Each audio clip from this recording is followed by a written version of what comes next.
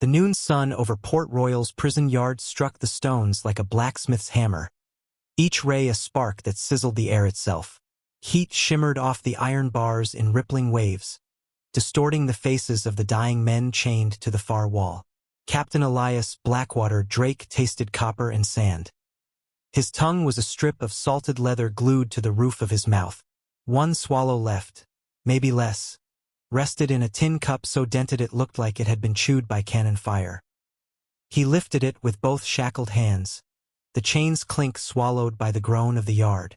10 paces away, a boy, 17 summers at most, hung from wrist irons, bare feet barely scraping the blistering stone. Crimson stripes crossed his back like a map of agony, each lash mark still weeping. His lips cracked open, forming a word Drake could read even across the silence. Agua. Water. The cup trembled. Drake's cracked knuckles whitened. Every instinct screamed that sharing meant dying faster. The British guards had doled out half rations for 3 days. Punishment for a foiled escape. The boy wasn't even part of Drake's crew. He'd been dragged in 3 nights ago, accused of mutiny he probably never committed. Yet the plea in those dark eyes was the same one Drake had once shouted into an uncaring sky when the gallows claimed his own brother. A whip cracked somewhere beyond the wall, followed by a laugh sharp as splintered glass. Drake flinched. The cup's rim brushed his lower lip. A single drop slid over the metal, cool for half a heartbeat before the heat stole it. He could drink it now, close his eyes, and let oblivion take the edge off the pain. Instead, he stared at the boy, Raphael, the others called him, navigator for a Spanish merchant ship, branded with the king's mark like cattle. Time folded. Drake saw himself 15 years younger, wrists raw, watching his little brother swing from a yardarm because Drake hadn't had the coin to bribe the jailer. The memory tasted of gunpowder and regret. A low growl rumbled in his chest. Not hunger, not thirst, but something deeper. The echo of a promise broken too long ago. He shifted. The chains scraped stone, sending sparks of pain up his arms. Each step toward the boy felt like walking on broken glass. But the yard shrank until Drake's shadow fell across Raphael's face. The boy's eyes widened, not fear, but wonder. Drake knelt, the heat from the flagstones searing through his ragged trousers. He lifted the cup between them, metal clinking against metal. "One mouthful," Drake rasped, voice like gravel dragged over coral. "Swear you'll pay the debt." Raphael's cracked lips curved into something that might have been a smile. "Con mi vida," he whispered. "With my life." Drake tipped the cup. The water, warm now metallic, slipped past the boy's torn mouth. Raphael swallowed once, twice, a shudder running through his emaciated frame. Drake felt the last moisture leave the tin and braced for the burn of thirst to return fiercer than before. Instead, a strange calm settled over him, as though the act of giving had momentarily quenched something deeper than thirst. Behind them, a guard's boot scuffed stone. Drake straightened, hiding the cup inside his palm. The guard passed without a glance, keys rattling like dry bones. When the sound faded, Drake locked eyes with Raphael again. In that gaze, a silent covenant passed between pirate and prisoner, one that would drift across oceans and years, waiting for the moment the desert demanded its price. Above the yard, a gull wheeled against the white-hot sky, its cry echoing the question Drake would carry into legend. When mercy costs you everything, is it courage or the last folly of a dying man? He didn't know, but the dented tin cup, now empty, felt heavier in his hand than any gold doubloon. Would you have shared your last drop, or drunk it and lived to fight another day? Tell me below, because this single choice will echo across 15 years of sand, steel, and second chances. 1729, Sonoran Desert, 3 days after the ambush. The sun here didn't shine. It crucified. Captain Elias Drake knelt beside the splintered ribs of an overturned supply wagon. The wood baked so dry it crumbled into powder beneath his fingertips. Heat pressed against his skin like a branding iron. His tongue, once leather, was now sandpaper glued to the roof of his mouth. Each breath tasted of alkali and copper. 3 days ago, the Royal Navy had caught his crew asleep at the oasis. Musket fire had turned water barrels into fountains of red rain. Now Drake was the last man standing, barely, and the desert was claiming its due, one cracked lip at a time. He lifted the same dented tin cup that had crossed oceans in his coat pocket. Empty. Its rim was scarred with teeth marks from the night he'd gnawed metal in his sleep, dreaming of rain. He tilted it skyward anyway, as if the sky might take pity and squeeze a single drop from the blistering blue. Nothing. Only the distant shimmer of heat devils dancing between dunes. Drake's vision swam. A mirage?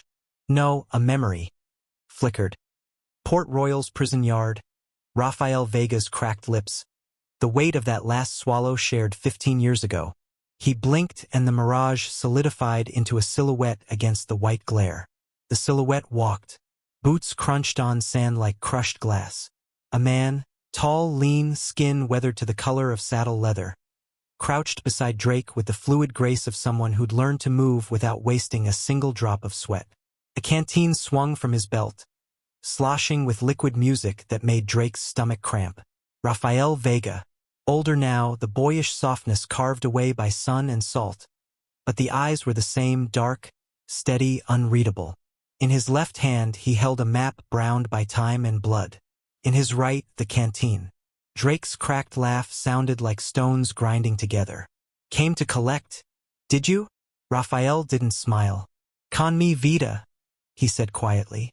The same vow from the prison yard. With my life.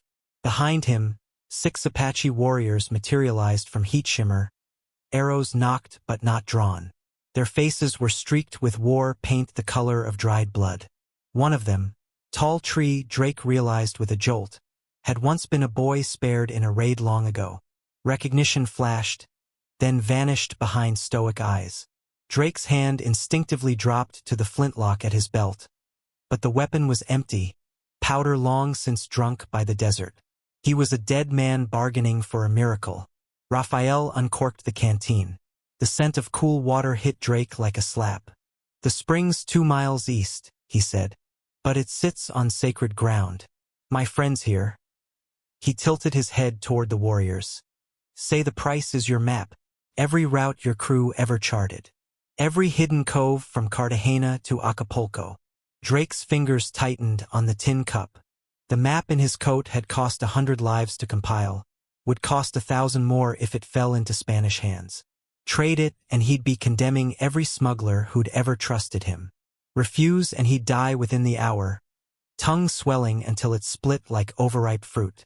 The desert wind howled, whipping sand against their faces. Drake tasted grit and desperation. He looked from the canteen to the warrior's unreadable eyes, then back to Rafael. The boy who'd once begged for water now held the power of life and death over the man who'd shown him mercy. Water remembers, Tall Tree said suddenly in accented English. Debt must be balanced. Your choice, pirate. Drake's cracked lips moved. And if I give you the map? Rafael's expression didn't change. You live. We all live. But others will die when the Spanish fleet follows those routes. Behind them, a vulture circled lower, casting a fleeting shadow like a death knell. Drake turned the dented cup over in his palm, tracing the dent where his teeth had bitten metal. 15 years ago he'd given a dying boy his last swallow. Now that boy stood offering him an ocean, but the price was every secret he'd ever stolen. Heat pressed down, relentless as judgment. Drake's vision tunneled. The tin cup slipped from his fingers and clinked against the wagon wheel, spinning like a compass without north. Rafael extended the canteen, water sloshing against the neck like liquid mercy. The Apache warriors watched, arrows half-drawn, shadows stretching long fingers across the sand. Would you trade 1,000 strangers' lives for one more sunrise? Tell me below, because the next choice will cost more than water, and the desert takes its due in blood. Sunset was a bleeding wound on the horizon, 90 minutes, maybe less. Drake's shadow stretched across the sand like a noose. The sacred spring lay 2 miles east. Hidden in a cleft of red stone the Apache called the Eye of the Mother. One sip from that pool would keep him alive. One sip, and every smuggler from Veracruz to Havana would hang when the Spanish fleet followed the map now folded inside his coat. Raphael stood motionless, canteen still extended, water beaded on the rim like liquid diamonds. Behind him, tall trees warriors formed a loose crescent, arrows half-drawn, faces carved from obsidian. 6 rifles lay across the sand where Drake's crew had fallen. Empty, but their silhouettes promised violence all the same. The choice howled louder than the wind. Give Raphael the map. Drake drinks, lives to see another dawn, and condemns 1,000 unseen souls to Spanish cannons. Keep the map. He dies here, tongue swelling until it splits, and the secret routes die with him, saving strangers he'd never met, whose names he'd never know. A third option flashed. Grab the canteen, drink, run. But Tall Tree's arrow would punch through his spine before the water touched his throat. The Apache were not in the habit of offering second chances. Drake's fingers found the dented tin cup in his pocket, metal warm as skin. He remembered the prison yard, the boy's cracked lips, the taste of mercy. That single swallow had bought him 15 years of freedom. This one sip would cost him everything else. Raphael's voice cut through the wind. Clock's ticking, Captain. Sun sets, spring dries. Decide. Drake looked at the map, edges browned with the blood of men who died to draw it. He saw their faces. Carlos the pilot, throat slit by a customs cutter. Mailing the forger, hanged in Havana. Little Joe the powder monkey, drowned when a Royal Navy broadside shattered the hull. Their ghosts whispered from the parchment, "Don't let us die twice." But the desert had its own chorus. A vulture circled lower, wings whispering death. Drake's cracked lips tasted iron. He pictured his own body desiccating, skin peeling like parchment, eyes pecked hollow by beaks. A slow, ignoble end for a man who'd once terrorized the Caribbean. Tall Tree stepped forward. Your choice is not just yours, pirate. My people die when Spanish cannons follow your routes. Decide whose blood you carry. Drake's hand moved to the map inside his coat. The parchment crackled like dry leaves. He imagined the Spanish governor unrolling it, eyes glittering with conquest. He saw villages burning, children screaming, warriors falling beneath musket fire. All because he chose to live. His knees buckled, not from thirst but from the weight of the choice. The dented cup slipped from his fingers and clinked against the wagon wheel again, spinning like a compass without north. Raphael's expression softened. Not pity, but recognition. I know the weight, he said quietly. I carried my own map once, led the British straight to my village. They burned it while I watched from a prison ship. The confession hung between them like smoke. Drake stared at the canteen, water sloshing against the neck like liquid mercy. He saw his reflection warped in the metal, eyes hollow, beard caked with salt, a man unrecognizable even to himself. Tall Tree's voice dropped to a whisper. Sun touches the ridge in 60 heartbeats. After that, the spring returns to stone. Decide. Drake's fingers tightened on the map. He felt the parchment tremble, not from his hand, but from the wind itself, as if the desert itself begged for an answer. He looked at Raphael, then at the warriors, then at the endless sand that had already swallowed so many. The choice was impossible. Live and become the monster who damned thousands. Die and become the martyr who saved strangers. Drake's mouth opened, but no words came. The desert howled louder, swirling sand into his eyes until the world blurred into gold and blood. Raphael extended the canteen one final time, water catching the dying light like liquid fire. The warrior's arrows drew back another inch. 60 heartbeats.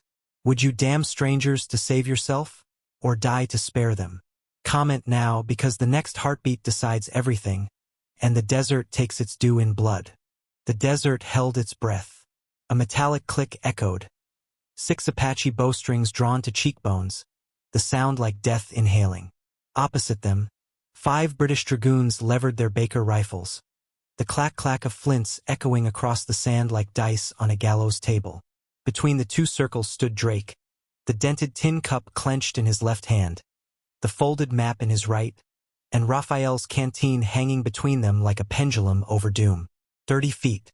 That was all that separated mercy from massacre. The sun kissed the ridge.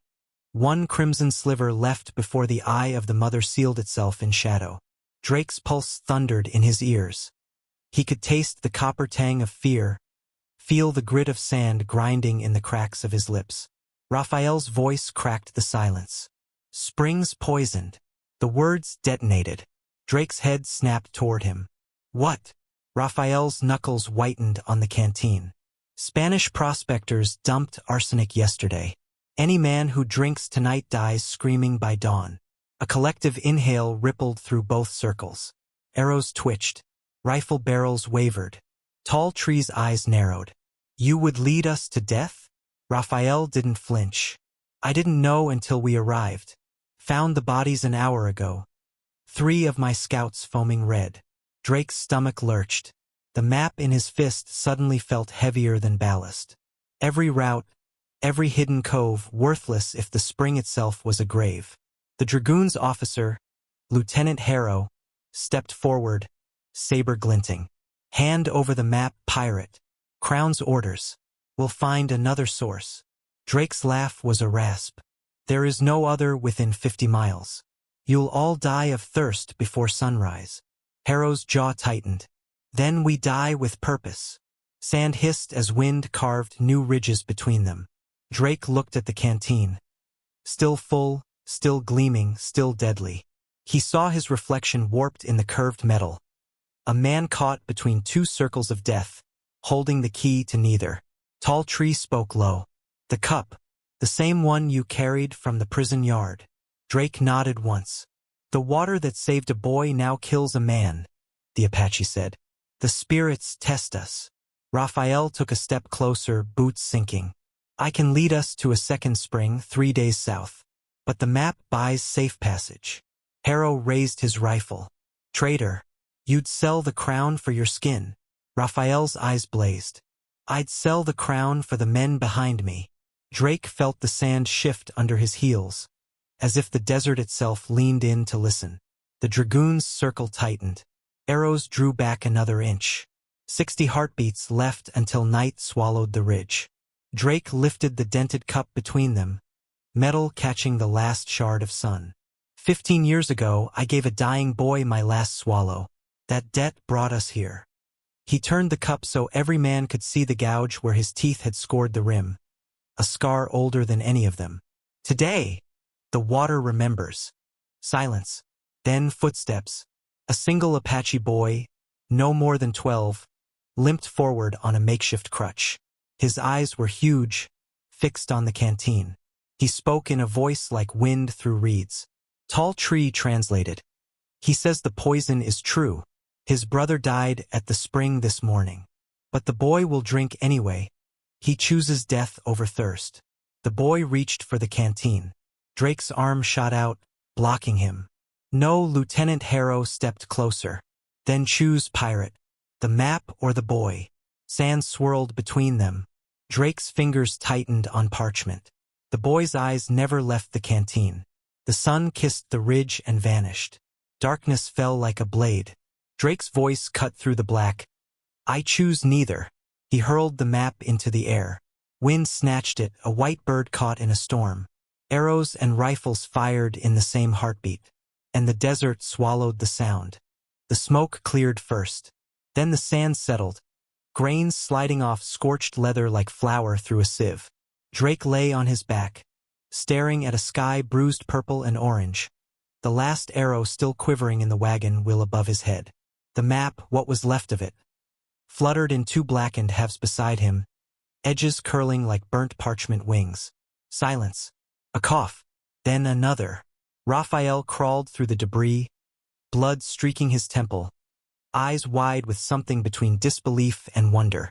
Behind him, Tall Tree knelt among his warriors, counting heads. 6 Apache, 5 dragoons, alive. Drake's fingers found the dented tin cup still clenched in his left hand.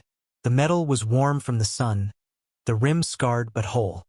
He turned it over, saw the bullet dent had deepened into a new groove, like a river carved by time. Raphael dropped beside him. You threw it, he whispered. Drake's laugh came out dry, cracked. Figured if I was going to die, might as well take the secret with me. Raphael held up the larger half of the map. It was blank. The words hit Drake like a slap. Blank. No routes.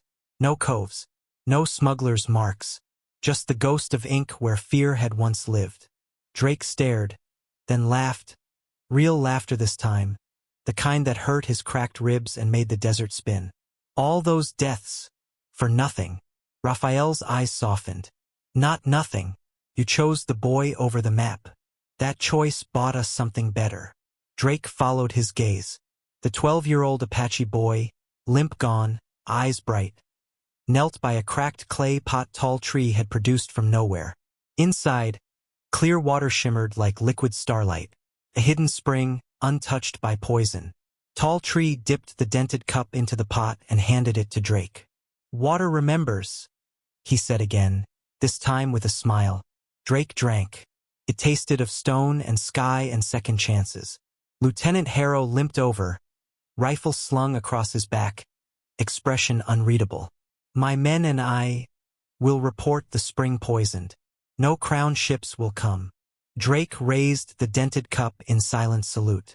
Raphael stood steady now.